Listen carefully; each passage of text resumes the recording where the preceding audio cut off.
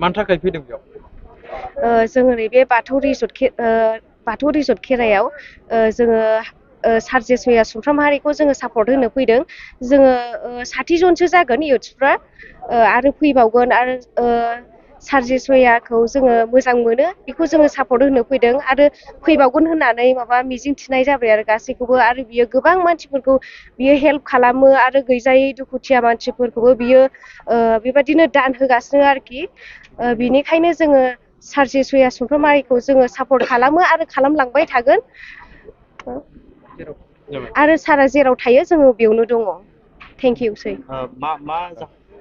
जोंनि सेन्ट्रेलनि CWC members आरो दैदेनगिरि गासैबो दिनै रिजर्टआव बिजनि टल गेटनिफ्राय लानानै बाक्सा, उदालगुरि, चिरां, क'क्राझार गासैजोंबो लोगो नांनानै दिनै बिरुद्दि दल जाय मानसिफ्रा माने बिरुद्दि जोंनि BPF दलनि एगेन्स्टआव दङमोन बिथांमोना दिनै गावसोरनो जोंजों लोगो लानानै आरो जोंजों सावरायनानै जोंबो नोंसोरजों थांगोन, जोंबो नोंसोरजों जइन जाफागोन होनना बुंनायलाय दिनै बे प्रग्रामखौ जोङो रिजर्टआव खालामनाय जादों।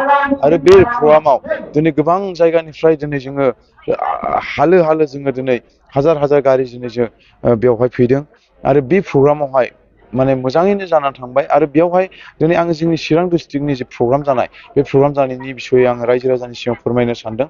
दिनै दाब दाब जायगानिफ्राय फैनानै दिनै रायजो राजा जाय मानसिफ्रा दानब्लाबो सुब्लाबो दिनै मोनसे पार्टिखौ बा मोनसे पार्टियावनो थागोन होननानैहाय दिनै बिदि बुंदोंमोन। UPPL, JSP, कंग्रेस, बिदिनो AJP, दिनै KPP बेफोरबायदि दलनिफ्राय दिनै बिथांमोना दिनै फैदों। आरो गोबां निउसाव जों नुनो मोनो BPFनि मानसिया BPFखौनो आर'नाइ सोदों होननानै। दिनै आंथ' इन्डिपेन्डेन्टसोमोन। दिनै आं फैनाया सप्तासेल' जादों। दिनै सप्तासेनि गेजेराव आङो जुदि BPF मोनब्ला दिनै BPFनि मानसिखौ आं बोरै बोनो? गतिके आंजों बेसेबां मानि दङ बिसोर गासैबो दिनै आं BPFनियाव थानाय हिसाबै दिनै UPPLनि माखासे बा JSPनि माखासे, कंग्रेसनि माखासे बेफोरखौ दिनै आङो बेवहाय जइनिं खालामना लाबोना दिनै आङो लाबोदों। मानो होनना बुङोब्ला दिनै आंखौ मानि थाखाय मोजां मोननानै बा मानि थाखाय आंखौ मोजां मोननानै दिनै बेयाव जइनिं जादों, बेयाव रायजो राजाफोरनाव सोंब्लासो मिथिगोन।